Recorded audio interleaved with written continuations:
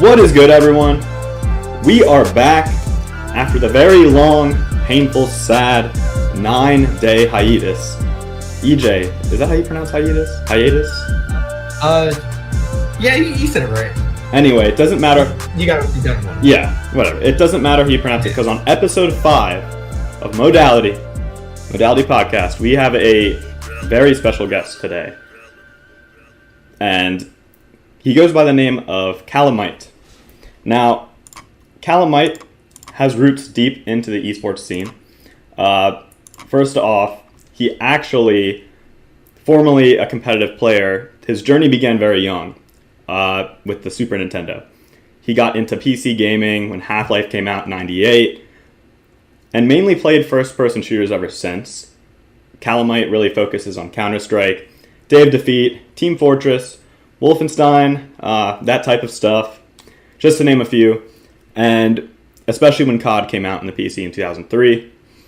He actually began, fun fact, to compete with Cyber Athlete Amateur League, also known as CAL, which was a feeder league for the Cyber Athlete Professional League, CPL, which some of you may know later became MLG, Major League Gaming, which I found super interesting. So Kalamight also spent 3 years playing Fortnite.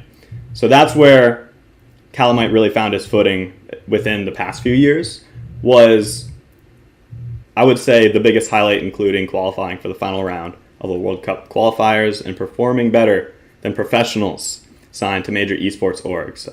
Kalamight has notable wins over players for teams such as Team Liquid, Team Solo Gaming. And quote, when I asked for a bio, this was quote for quote, "I love gaming, period." Now, that's a statement. EJ, that's a little controversial, right? That's very brave. Yeah. What do you mean by "I love gaming," Kalamight? Sure. Well, first I want to say thank you, Jew Brownie and Young Beezy, for having me today.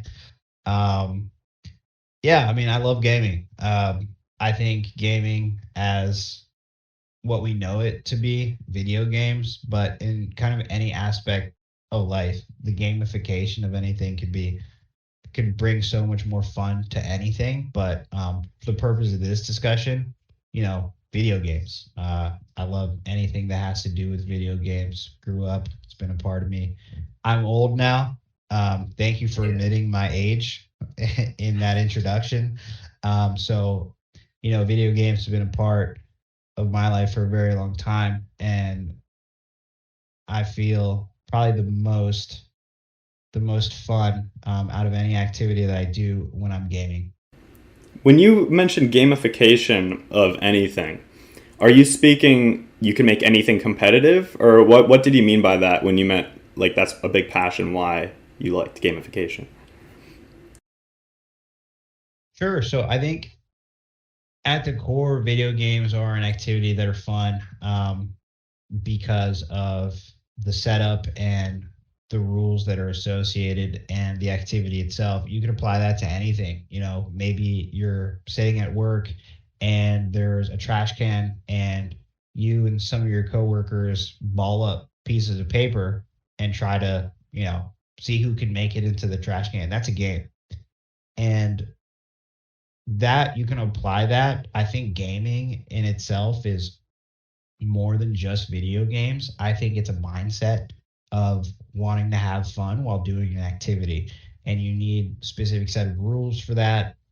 You need maybe, it doesn't have to be very competitive, but there's an element of competitiveness within it. But gaming, I think, to me, is a little more than just video games. It's a mindset, and it could be gambling, could be, like I said, just a one-off example of you getting together with other people and finding fun in an activity. Absolutely. Have you heard of the Tetris effect, Kalamight?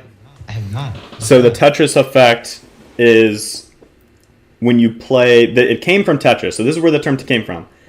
When, a lot of times people found that when you played Tetris a lot, like, especially when Tetris was at its peak, if you'd play it like 6 or 8 hours a day, you would start noticing not just literal trends, but like patterns in your life of how things stack on top of each other, like actually noticing, making things more efficient in areas like, for example, more in a literal sense, packing your car. But the Tetris effect created these associations in your real life. And that's also what's being exemplified with me. I'm really marathoning chess this year, as you know, Kalamight. We are going at it in the office. I'm getting. Let's just say my record's not 0% win against you, but it's not too far from there. This is what I'm noticing from chess is that it's not just the placement of the pieces, strategy that, like you mentioned, the gamification. There's strategies and there's way to express creativity in all areas. Like in chess, for example, if you have a piece that's cornered, or if, let's say, they push a pawn and it's attacking both your knight and your bishop, you might on the board, like, that might look impossible to defend. But you might have other options, other moves. Just the idea, just basic concepts like looking for other moves and pressing on advantages, used everywhere, and especially for the American workforce, many different, there's a lot of competitiveness. So I feel like you're right, the gamification, it's not just it's not really just for the having fun aspect. There's a lot of output there. But I want to pick your brain a little bit. So you started your roots early when esports was in its infancy, Max. I'm going to edit that out, don't worry. You actually were part of the CAL, also known as Cyber Athlete American League. Tell us about that. How did you get involved with that original organization? Sure. So I think we have to go back a long way to sort of give some context. What you may now know as a site like Game Battles, for example, where there's a website that hosts sort of tracking as well as results and competitions to give meaning to just regular games that you're playing. That's what Cyber Athlete Amateur League was. And it was called CAL. And it had 3 levels to it. So at the base, the 3 of us, if we found 2 other players, we could create a team and join Cal Open. And you needed, rosters would go up to 10 players. What year was this? I think this was early 2000s. Goddamn. I want to say early 2000s, and it was the first of its kind. Cal was this website where they basically were hosting sort of seasons and then post seasons of competition, and you would create your own team. You get your buddies together, whoever you've been gaming with, and you'd all create profiles on the site, and you would join the roster, and then this website would sort of match you up with another team, and you guys would play custom games against each other, and the winner would advance, kind of like a bracket, if you can think of March Madness. And there would be a regular season, if you will, and then there would be that bracket, the postseason, and anyone could create a team, which was great. Anyone with 5 buddies, because this was for Call of Duty. And I guess I'll go back and say, I started with Half-Life, then Counter-Strike, and I played that a little bit. But when Call of Duty came out for PC in, I think, 2001, 2002, something like that, I got really into that. And so this was a Call of Duty ladder, if you will. And you could create a team, and then if you made it far enough in the postseason, you'd go to Cal Main. We called it Cal M, and that was each postseason. I think whoever finished in the top 4, top 5 made it to Cal M. So then there was a more select group of teams next season in Cal M, and then from those Cal M teams, they would play regular season, and a postseason, they'd get invited to Cal I, Cal Invite. And on Cal I, it was everyone who was just not in the CPL for one reason or another. Maybe their team got relegated or something like that, or they got dropped from a professional roster. So you had a lot of mix of up-and-comers as well as actual professionals on Cal I rosters. And it was just thinking game battles. You're competing, inputting the results of the contest into the website, and it was a really good way to get into the CPL, which is now MLG, Major League Gaming. You'd be playing against, only the top amateur league or amateur teams, I should say, and CPL would have watched very closely what the best Cali team is, and they would source some of the their needs from Cali teams. And so that's the highest I got was Cali, and there was a couple players on my Was this still roster. Call of Duty? This was Call of Duty 1 and then Call of Duty 2, the very first 2 Call of Duties for PC. Was this online or in-person events or a mix? This was online. This was all online. Ooh. Well, Goddamn. what? That is insane for early 2000s. Yeah, I mean, I didn't even know this was even a small, backwoods option. But being a kid and like, how did people know about this? Was this completely word of mouth? Was there any marketing what made you aware of this CAL amateur league? I think it was word of mouth. I do want to say that some of my friends in real life, and I think that's why it helped me sort of really kind of get into competitive and shoot up to Cali, because I had one friend who was playing for Anonymous 5, A5 in Cali, another one for Team Dynamite in Cal-Am, and they told me about it because before then I was just playing. I had a clan of just buddies from my school, and we would play together. And that's when I found out that these other players were playing Call of Duty at a high level. Wow. And what when you saw this league, was your initial thought like, man, I'm going to get as good as hell and get really good at this? Did you just play strictly for the practice of it, and you just found yourself advancing pretty far with your friends? Like, what did you have any strict intentions? I was obsessed with video games, to be quite honest, and competitive aspect of it very quickly. And I think what really got me into it was sort of that system where I felt like I could compete and kind of go up the ranks, and that there was meaning to some of these matches that I played. Did you feel when you advanced, like, I know you said there's that CAL is the feeder league to professional league, like, was there a time period when you were thinking like, this is going to be huge, did you realize that this was something in its infancy that was going to become more of a standard for competitive games in general, or did you feel this was a niche one-off thing? No, I felt like this would be definitely the standard. It just seemed like and this is around 2005 now. It seemed like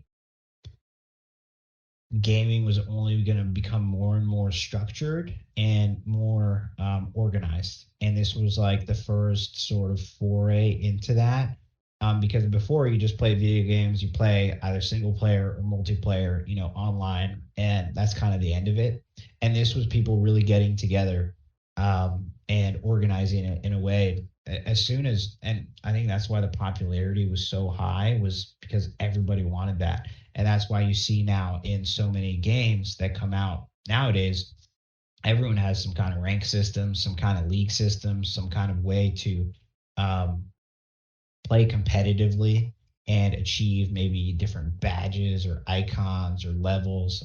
Literally every game has that. As far as FPSs go, of course, MMO, RPGs, things like that. Those are different. But any first-person shooter, or even games like League or sure, a ton of other ones that I can't think of right now, all have their own ranking system to get better, because everybody wants it, especially when you're playing a game with a competitive nature. Did you stay with CPL when it became MLG? Like, what happened there? Like, how did it become MLG?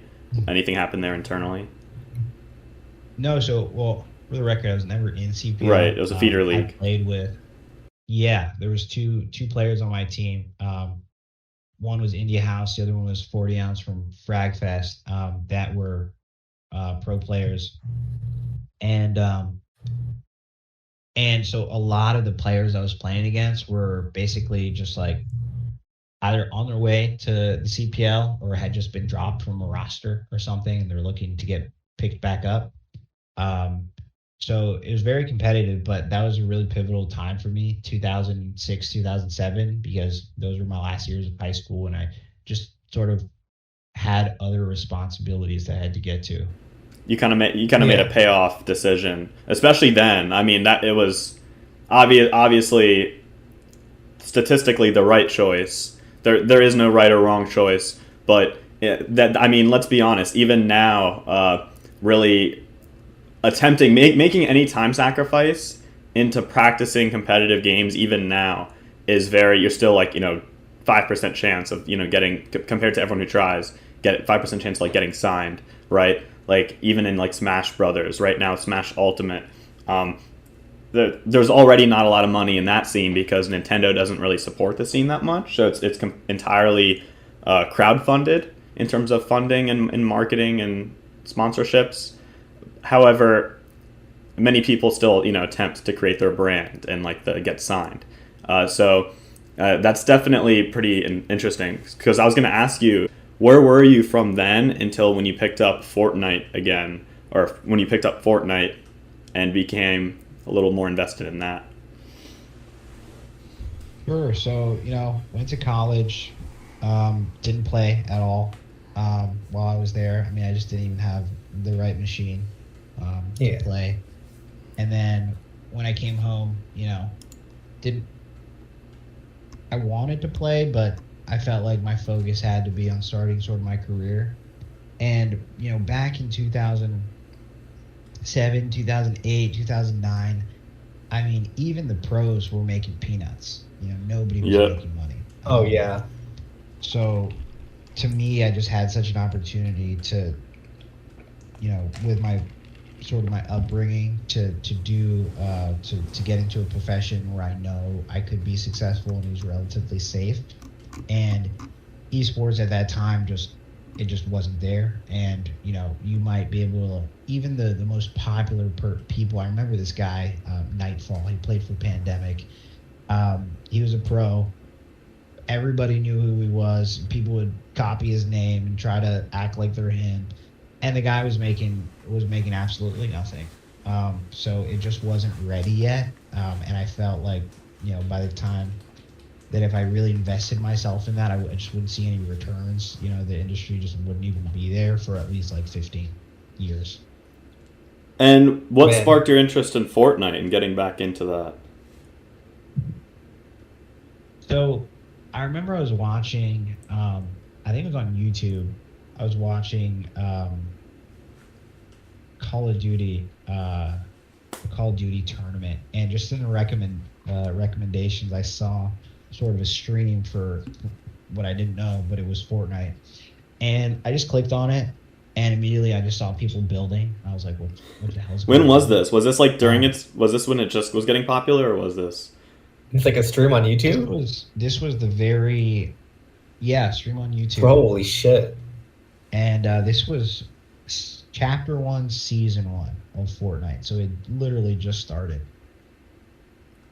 And you just felt like you saw it, you were like, okay, this is actually... I feel that's what drew a lot of people toward Fortnite, was the building mechanic. In terms of its viral ability, I think the stars aligned when it came to how the game blew up. I think it really pops out at you, the cartoony art style. And then that piques your interest, and then you're like, the Battle Royale formula is just incredible. It's kind of genius. I believe that started, I could be wrong. What was it? Wasn't that like an Arma hack or something, EJ? Like the first Battle Royale? Fortnite? Yeah, it got inspired by other games that did something similar. Oh yeah, there's like a Daisy Battle Royale, there's Minecraft Hunger Games. Yeah, Minecraft Hunger Games. I'm sure there were Battle Royales in the 2000s too. Like there's probably like a mod for like Half-Life or something similar, Yeah, no, absolutely. But you brought that up. I imagine that's what helped pique your interest. So, in terms of, did you practice Fortnite? Like, did you start to feel a little nostalgic from when you used to play Call of Duty when you started Fortnite again? Did you get the same feelings, or was this just you casually picked it up and you happened to just get really good? Yeah, so, I'd always been, I think because of my background, just really into games, and it was always a matter of time. And Fortnite just seems so different to me, and the building, the three-dimensional aspects to fights, really interested me. And so, like, I just had to try it. After watching enough streams of people that, you know, playing the game now, looking back now, those if they took those same set of skills and tried to play now, they'd be, very, very bad players. But back then, they were way ahead. Wow. I mean, I guess they were in their time, and just seeing them being able to build and edit, and then still shoot, and kill people, it just gave a different sort of element to it that I'd never seen before. Because all those first-person shooters that I've played, like you mentioned, leading up to it, it's always been the same thing. It's been, aim, shoot, move around, use cover, use some kind of tactics, but it's pretty restricted in terms of what you can do. Whereas when you can start building three-dimensional structures just in a game that you're playing, there's unlimited possibilities on how that fight can go with someone else that can do the same. Oh yeah, I think those possibilities really made Fortnite, to me, a spectator sport. And I don't just mean watching it competitively, like watching individuals, like watching for Ninja and Marshmallow team up and kick everyone's ass. I'm talking more like, because with Fortnite's peak popularity was my sophomore and junior year of college. Those were also 2 years I lived at the fraternity house, and literally we had a flat screen in the main room, and this wasn't just like parties or weekends. We would actually I would come home and just on a Tuesday evening with 10 guys watching one. We would just cycle through, and some guys are better than others, cycle through playing matches of Fortnite and just watching down to the wire. You would go to pre-games, and it would be shocking to see a pre-game without someone having a flat screen out and trying to clutch a dub before the night festivities beginning. I've never seen anything like it. Even Pokemon Go, when that became a huge fad. I mean, that was a whole different animal. You had that was more of a social element, but you weren't all spectating one thing. It was just a really intuitive, fun app that engaged all backgrounds. But this, I've never seen anything like. I've never saw anything like it. And I was actually, I got kind of into Fortnite just by association, but I was actually really happy because this was a breakthrough for gaming, in my opinion. This was incredible to see, and then Ninja showing Ellen how to play Fortnite, that. Oh my god, yeah, that was super cringy. Yeah. That's a classic. Yeah, that was awful. He really helped bring it to the mainstream. Yeah, I think. Yeah, I just because of the numbers he was pulling on Twitch. Yeah. Drake playing with Drake playing Fortnite. Drake playing with Ninja was certainly the real. That was the real push. That was that was the turning point, really. And of course, there was the 16-year-old that won $3 million. These are just my grandparents were talking about that 16-year-old. They're like, oh my god, look at this kid. And it's such an extreme example. I'm gonna ask you, Kalamight, where's a lot of, kind of a two-parter, where's a lot of the money now in 2021 in esports? Obviously it's more diversified. It's not just the prize pool. Where's the market money now? And in terms of where it's low, where is it now? And in terms of where it can go, what does it take to increase the market to prevent the stagnations from happening? Yeah, so I think obviously I think making a brand for yourself and being a Twitch personality is very lucrative right now, and as well as it's going to continue to be, becoming, partner on Twitch and doing paid ads. But I think in the most traditional sense, the answer to your question is, what is the most like a career or a profession and is the most lucrative at this time? I think it's the League of Legends. And what I see in League of Legends in other countries, namely Korea, is they fill out stadiums the same way we do for an NBA game, for a football game. they're getting signed to multi-million-dollar contracts. And I think North America, and I don't know much about league, so I just want to preface everything, but hopefully this is true that, even North America is signing big contracts. Oh, yeah. Big contracts to Korean or Chinese players, and even maybe some domestic talent, even though I know it's not that good. But that's probably the most traditional profession that you see in esports. That's the most successful right now.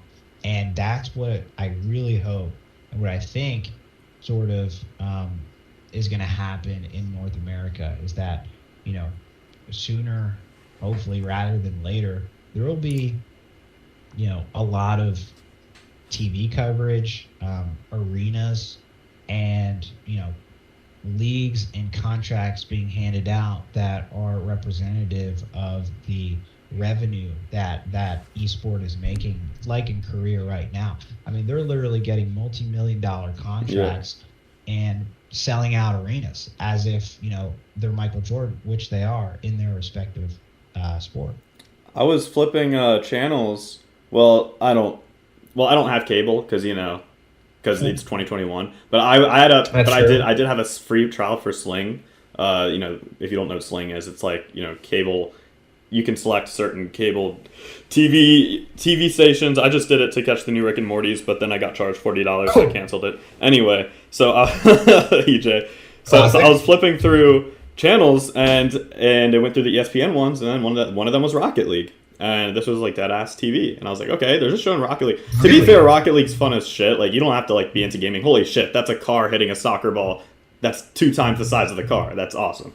So what I gotta figure out is, how do you make your car just fly in the air? Because I'll play in some lobbies, and I'm playing with a good player and who has a high elo, and it'll be just him against one other player on the other team. They're just flying in the air the whole game, and I can't even get off the ground. So, Matt. Dude, this movement technology, there is a disparity. I will say that. Yeah, Max, you clearly got. How do you not know this? Oh, I'm gonna censor that out.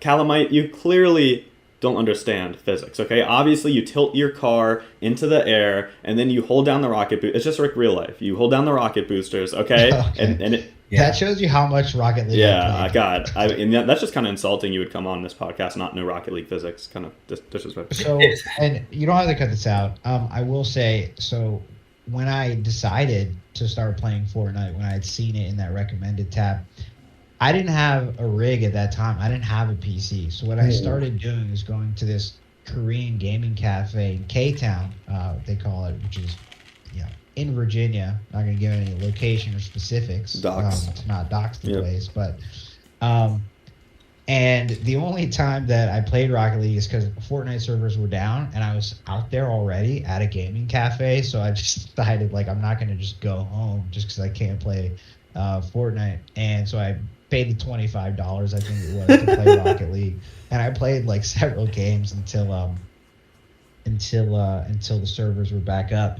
And throughout all my time when I'd go to that gaming cafe, there would be several times where maybe there's a patch update or the server's down or whatever, and then I would usually play either Rocket League or Apex, and even Dead by Daylight, a couple just completely different games from one another, but just to basically fill the time because I'd already made the drive out there and paid for my hours. So I haven't played a lot of Rocket League. I have no idea how it works. And I played it on PC, and I think you're supposed to do it on controller. I have a personal goal of mine. Before the end of the year, I want to get a pro Rocket League person on the podcast. I feel like that shouldn't be too hard, EJ. I know 5 or 6 of them. They're like a dime a dozen. Easy. Yeah. Everyone and their mother knows one. But going back real quick to the market. So my question is, Max, in your opinion, is there, so clearly you're right, deals are being, because I do have some hesitancy in some areas, being the devil's advocate, right? There's deals being signed left and right, especially with NFL teams. They're actually creating esports agreements for these organizations. So right now there's a huge foundation. And of course, when it comes to League and Valorant, Overwatch, there are these massive, Geico and Red Bull sponsoring, right? Obviously there's in tons of money there already. There are these signed teams, 100 Thieves, in fact, the League of Legends 100 Thieves team just got qualified for Worlds for League. That's exciting. I don't know if you knew that, EJ. But oh, yeah, I'm making me up a little bit. So that's exciting. But My question is, esports isn't like esports itself isn't the game. That's just the very broad term used to identify a bunch of games that became so competitive it grew a following to play competitively, right? So there's so many different games that is as like the market matures, as we grow, and as like people who grew up with games become 30, like 40, 50, 60, whatever. Will the market grow? Is the market only going to grow, or is it going to hit a wall because only so many people can learn the rules of a game, right? Like, you can't watch a league game and know what's going on. You have to understand the context of the rules. So is there going to be, is it going to kind of conglomerate, kind of like corporations buying each other out, like more people buying into certain games? Or can there be a healthy esports ecosystem of like 10 or 11 big games, I definitely think that massive growth is on the horizon. I think I am sort of the upper tier in terms, and I know I'm not. I know there's people older than me that are really into video games on a competitive level, but I think, I remember when Half-Life came out. And the older I get, the more there are new kids, new 10-year-olds or 9-year-olds or 12-year-olds, whatever you want to say. Every day, someone else is turning 9 and 10 and getting into video games. And you're adding to the existing pool of already gamers. And I think the growth is just going to be massive and insane. Right now, there's absolutely not a single 70-year-old who, and I don't want to say it like that, like an absolute, but you guys know what I'm saying. There's very few 70-year-olds who, there's actually none that played competitive League of Legends when they were 20, when they were 30. Right. You know what I'm saying? And we're going to get to a point where that's actually going to start happening. So I think we're just in the infancy stage right now as far as gaming, and that's mostly tied to the birth of the internet and the birth of video games. So I think this is the very early days. Growth is going to go through the roof. You're going to have more and more new players every single day that goes on. And back to your point about TV deals and people getting signed, I think this is a growing industry, and it's going to start attracting more eyeballs. Sponsors are going to get, first of all, sponsors, all they care about is numbers and making sure that their brand isn't damaged by the content that they're sponsoring, that their name is attached to. Once they realize, and there's already some very clean, streamlined gaming leagues and specific esports, once they realize that their ad can touch this many people and that number keeps growing, they're going to start investing heavily in it. And once that happens, then the floodgates are just going to open. Is there a common like myth or misconception about esports that you want to address? There's a lot. I think I could probably spend a long time going through them, like that it's for people that don't have any lives, or it's only for boys and not for girls. I think you can go down the list, or that it's not a good use of your time. The typical, if you will, boomer message that totally disregards the fact that it's a hobby, it's an activity, and is playing bingo a good use of your time? Nope, RNG, Yeah. RNG. It is RNG. Yeah, it's ridiculous. So I think there's plenty of there's too many to really even talk about. tears up bingo first place trophy and starts to cry. I'm okay. Don't worry about me. Dude, did you ever tell the story about the Cloud9 t-shirt guy? No. Dude, when I was working as a cashier, there's this one dude who came in. He had on like a Cloud9 t-shirt on. And I will say he was very fit, He had a well-trimmed facial hair. He cared very much about his looks, you could tell. And in my mind, I was thinking, okay, well, what teams does he follow? And in my mind, I was like going down the list. There's no way. He looks too good to be into League of Legends. It might be CSGO. I think he plays CSGO. And then I asked him, he's like, oh, yeah, I follow only their CSGO team. It's like, I knew it. I goddamn knew it, dude. It's kind of like the stereotype, and I will say, I consider myself, I play Smash Ultimate. I love it. I love the Smash scene. However, EJ, you know what I'm saying. You're not gonna find Old Yeah, Spice in the backpack of a Smash player.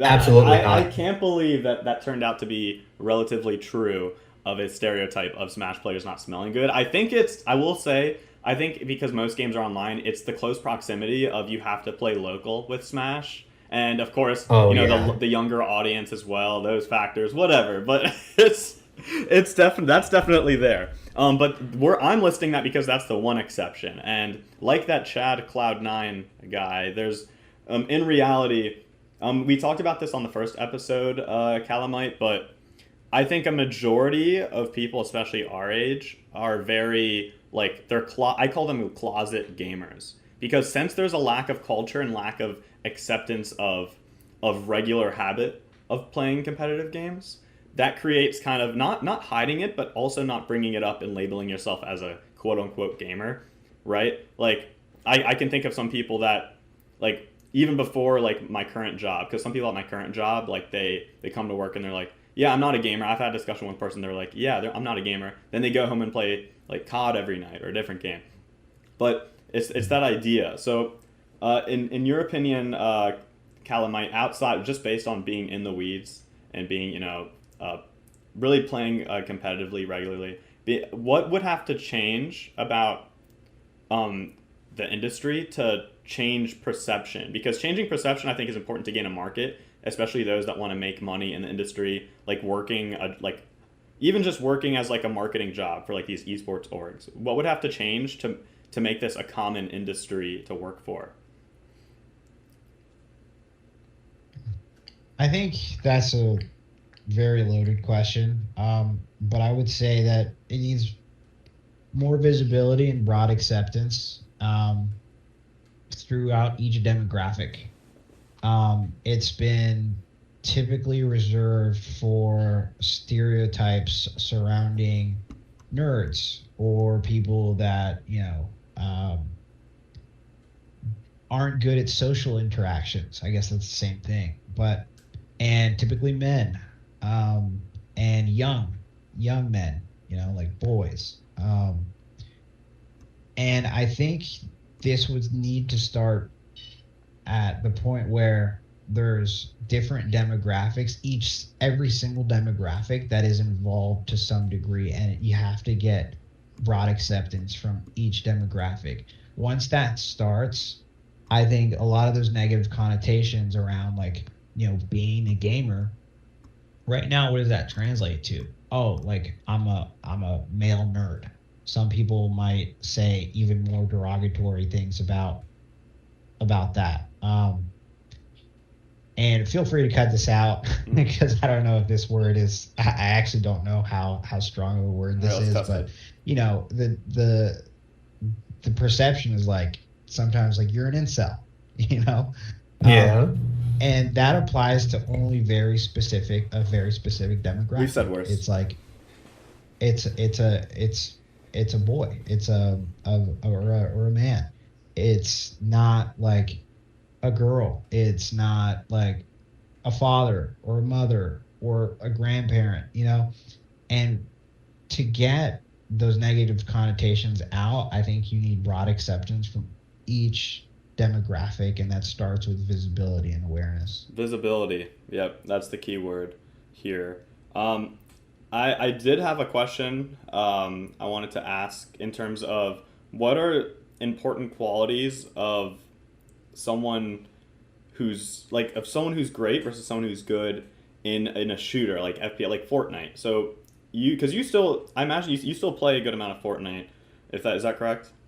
Yeah. So yeah. so what are I try to. Right. Try to. I wish I could play more, and that's probably why I don't play competitively really anymore. Is because I just don't. what qualities make it besides reaction time? What are some important qualities of someone's personality or character traits and habits that allow them to be really good at a game like Fortnite in particular? Well, I think there's two things that go into Fortnite, and that's one is mechanics. is your ability to build and edit and to aim, to do the mechanic portion of it. And then there's game sense and understanding the game, and being able to, play the game to the best possible ability. Fortnite, and especially Battle Royales, is a game where you could be the best player in that lobby, and anyone can still kill you at any point. They can get you. If I don't know, if they wait in a bush and 200 bump you. You know what I'm saying? So there's game sense that goes into it, and then there's just raw mechanics. I would say if you have both of those, you're going to be a fantastic Fortnite player if you have a brain and you have great mechanics. Absolutely.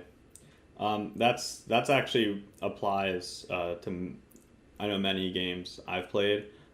With League of Legends, I know there's a coach I like to watch on YouTube. He's like, he made it to some of the top ranks on solo queue, and I believe it's Nice is how you pronounce it, and he actually says there's 3 pillars of the game. One of them is mechanics, which is like controlling a character, doing cool things with the character, like split-second decisions of the abilities, right? The second one is more macro awareness, like decision making. Where do you go in the long term? How are you going to get ready for this? Game sense. Game sense. Absolutely. Working with the team. I mean, I love how, like, this year, back to the chess effect, I'm starting to relate a lot of the lessons I didn't even realize I learned from games in the real world. Like, in the real world, you have your trick tactics, your tactics of the task you're actually doing. For example, working in sales, like during the sales call, your quick thinking, that's your mechanics. But then the macro sense is long term, like how many people am I going to call today? How am I going to call them? What will my end result be for the week, for the month?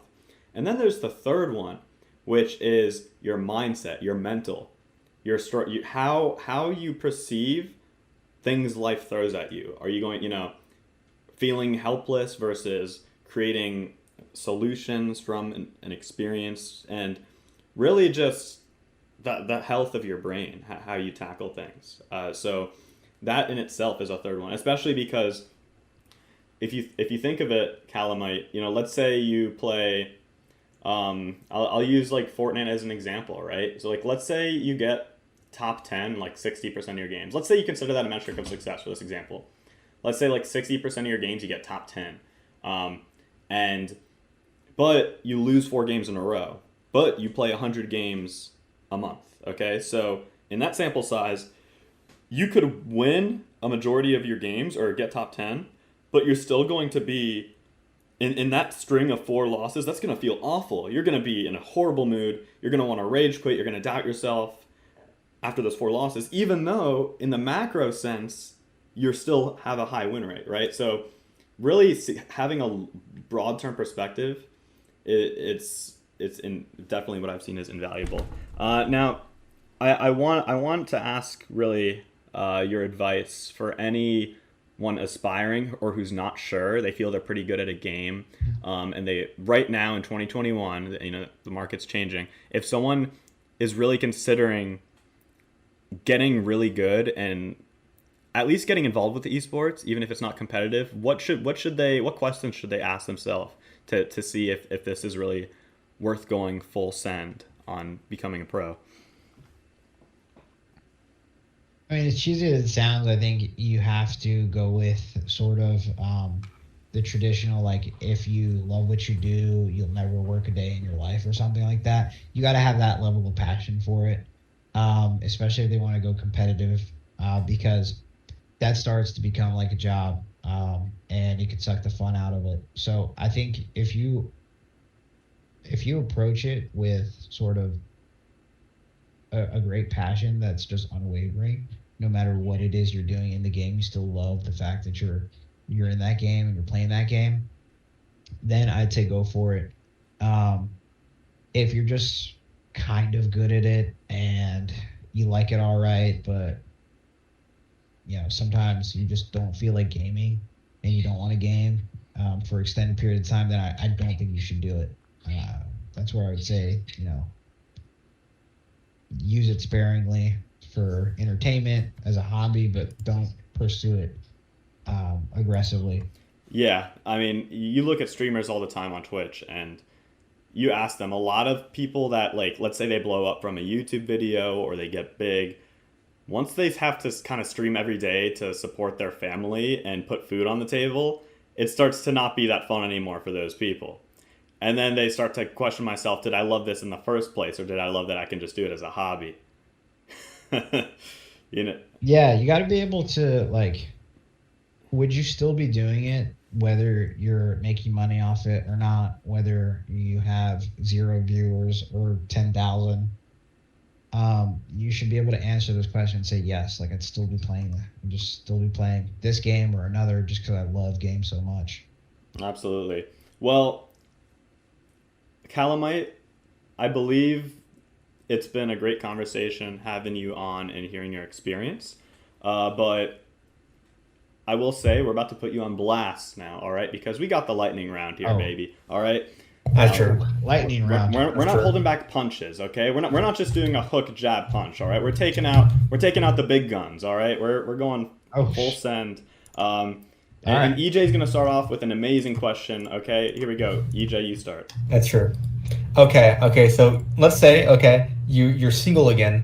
You're on the prowl. You're on Tinder currently. You match with somebody. They match with you. You both seem to like each other, but it's nothing crazy. Yeah. The messages are kind of fun. And then you're going on a first date with this person. What Fortnite zone are you going to take them to for your first date? Fortnite zone? It's like Tilted Towers. Oh, okay. Loot Lake. And that's all the ones that I can list. That's all the ones I know. Ooh, okay. That's a really good these are the real question. political. These are the real hot I gotta be rapid fire. It is Okay. To the Craggy Cliffs because we could walk on the beach afterwards. Oh. Okay, the correct answer was Arkham City, I think. That's one of them. Yeah, you got it wrong. It was Arkham City. Yeah. Arkham City. All right, that doesn't even exist in Fortnite anymore. It was canon though. It's fucking gone. It's gone. Yeah. All right. Best skin in the game. Ooh. I'd probably say. I mean, I think the Nog Ops is great. I mean, I like it because I got it like 2 years ago. I love the Nog Ops. I'll give it to the Nog Ops. Only 2 acceptable answers: the Moth and Rick Sanchez. Yeah. Your turn, EJ. Okay, sorry. It's okay. We'll forgive you. This is not a question. I have one that's not a question. It is a submission, and it's just I play tabletop games every once in a while, and I have a character that I made using Fortnite skins. And I'm just remembering this, so I'm just gonna drop a picture of them in the chat. I'll put this. You can take a look. Put this in post so everyone can see. Okay. Yeah. Okay. So this is your skin. It's the character that I play. They're a fish journalist, and they're made out of the secret agent Fortnite skin, and whatever the fish is, and I just made it purple. That's awesome. I was very proud of it. Well, this is your peak creativity, EJ. I don't think you're gonna have any more accomplishments after this, but That's true. I don't know how you're gonna put that on the resume because it's very vertical. It's gonna take up a lot of space. Nutty graphic designer. Oh right yeah, there. that's insane. I am a That's professional. wild. And Josh, I have a question. yeah, what's up? Yeah. What's Oh up? wait, did you say what was Yeah. the question? Yeah, don't you have a question, Josh? Oh no, I have another question. Yeah. Well, my question is, now, I'm sorry, I said I wouldn't talk politics on the show, and I've been good about it for a while. Oh, no. I've been good about it for a long time. Oh, no. Are you ready? Oh no. He didn't say he's ready. All right, that's how ready he is. All right, pineapple on pizza. Oh God. I had a phase. I'd say no now. Like Thank God. I was really down with it for a while there, but like no. And Okay. when was that? Okay. I don't know, like a stretch of like 4 years when I lived above a Domino's. What the fuck? Okay, I mean you're blocking out that entire point of your life, so you're forgiven. Yeah. Yeah, I literally don't want to remember that. Okay. Yeah. DJ, your turn. Okay. What is your favorite Kanye West project? Dropout. Oh, good answer. Good fucking answer. Wow. There we go. Oh, okay. Got it in one. Nice. Yeah, easy. All right, is a Easy. hot dog a sandwich? No, it's not. It's a hot dog. Okay. Damn. EJ. So Do you let's consider say a hot dog a sandwich? Can I throw Yes. this back at you? I would. Okay. I think it is a subgenre of sandwich. A subgenre. Okay, I can get Yeah. behind that a little bit. But just like, just for the sake of clarity, and boundaries and drawing lines, it gets confusing if you consider a hot dog a sandwich. It's up in the air. It's up for discussion. But I see your point. Actually, it's very fair. If you have 2 lasagnas, Okay. you cook them. They're like they're the same brand, and you cook them together in the oven, and then you stack one of those lasagnas on top of the other lasagna you just baked. How many lasagnas do you now have? You have 1. Okay. Okay, that passes your test, EJ, right? Yeah. Okay. Are you binging any TV shows on Netflix, HBO, etc. that you recommend? Let's see. I mean, I don't know. I recommend like old ones. Silicon Valley. No one's ever seen that. That's true. That's a great show. All the classics.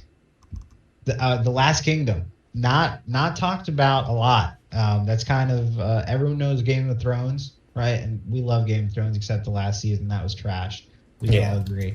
But in the same vein, sort of, The Last Kingdom, I would strongly recommend. And just like Game of Thrones, first 3 episodes, you don't know what's going on. You're not that interested. It just seems kind of slow. Give it a chance. It gets really good. Okay. Do you have any impressions? Do you have any really good impressions? Impressions? Yeah, I have some good impressions. Do you have any?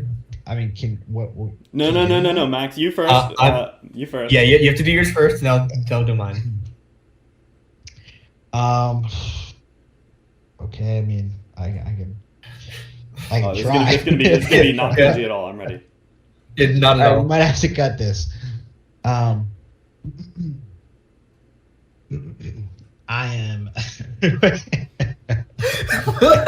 Oh shit! Oh man! All right, here we go. I'm sick and tired of walking outside of my New York apartment and seeing all these homeless people sitting on milk crates shooting dice.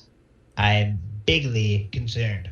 Oh my God! Wait, you're Morgan Freeman. Oh my! I loved you in God, bro. No. That's pretty good. Let's see your EJs. Okay. I can do Carl from Aqua Teen Hunger Force. I can do Joseph Watson from Family Guy. I can do Xavier Renegade Carl. I Angel. haven't heard Carl. Give me Watson. Who's Watson? Swanson, you mean, right? Oh, just Watson. Hold on, I'll do both. Hey, Peter. Oh my God. My legs don't work. It's pretty good, right? And here's my Carl. You ready? All right. What is this? You're really making me mad. Wait. That's Low key. So you always, EJ, you usually say you're good at impressions, then suck. That was actually a decent Joe Swanson. Wait, did you like that, Max? I did like it. I don't know who that is. Yeah. Let me say, get your fat ass back Oh here. yeah. Oh my shit. God. Yeah. I don't know why everyone thinks I do that well. It's hard to do. You do that well. You That's do why. very well. Oh my God. Oh my really? God, dude. What is? I just got shivers. Really? I had to check my window to see if there's like a pervert out there. I mean, Oh my I was God. told the impression I actually do well is Obama, which is, Michelle. You don't do a good Obama. Michelle, I just saw you vent. You're looking a little sus. It's not. Yeah, you do that very well. It's not good. Okay. Now my question to you is, what was it? I just had a really good one. Are you kidding me? Oh, invisibility or super strength?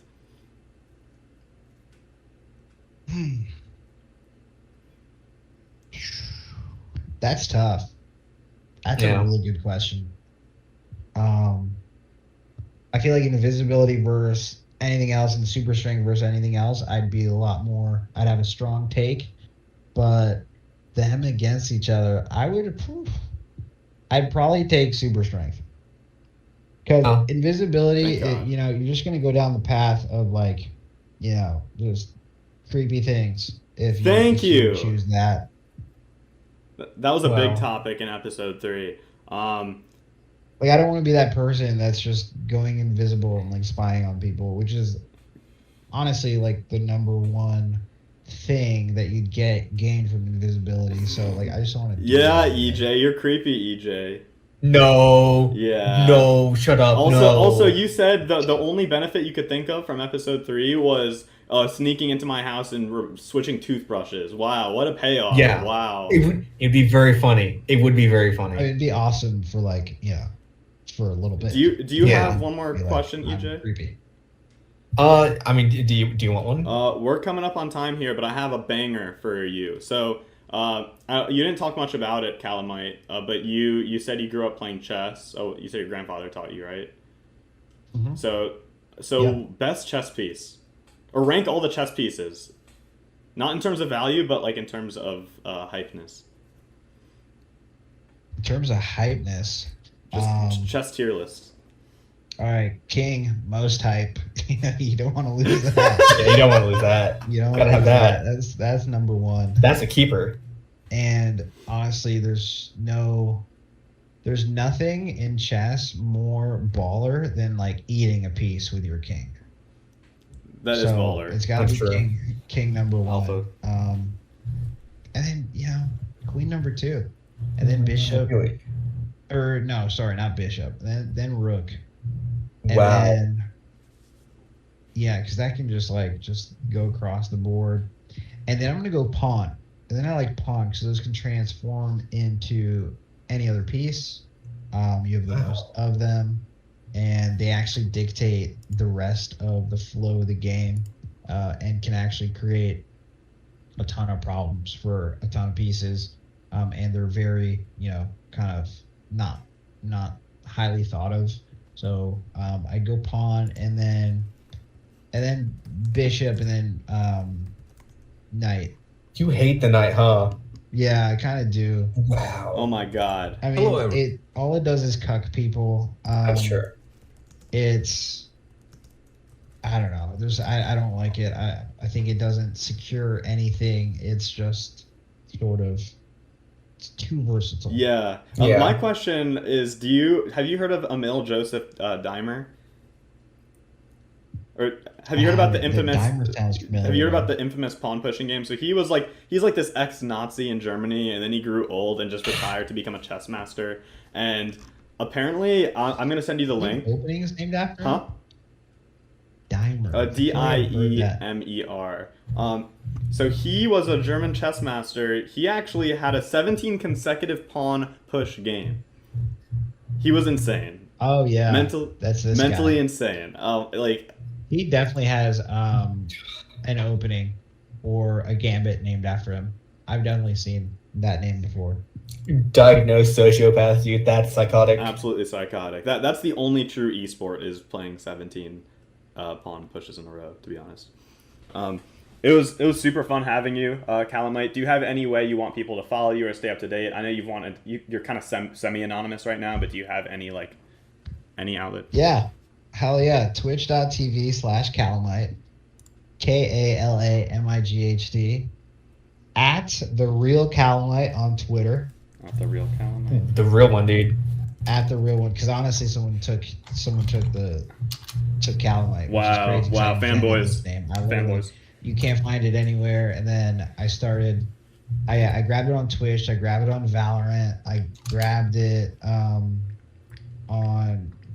Dead by Daylight. I started just on Apex. I have it on Apex, and then I tried to make a Twitter. Someone had it. I tried to make a different. I forget what other game. Someone's trying to steal my identity, basically. But yeah, at the real Kalamight and Twitch.tv/. Was Kalamight always your tag, Oh, your boy. like even back in the day? No, my tags before started with verbal, and then I was slow hands. Ooh.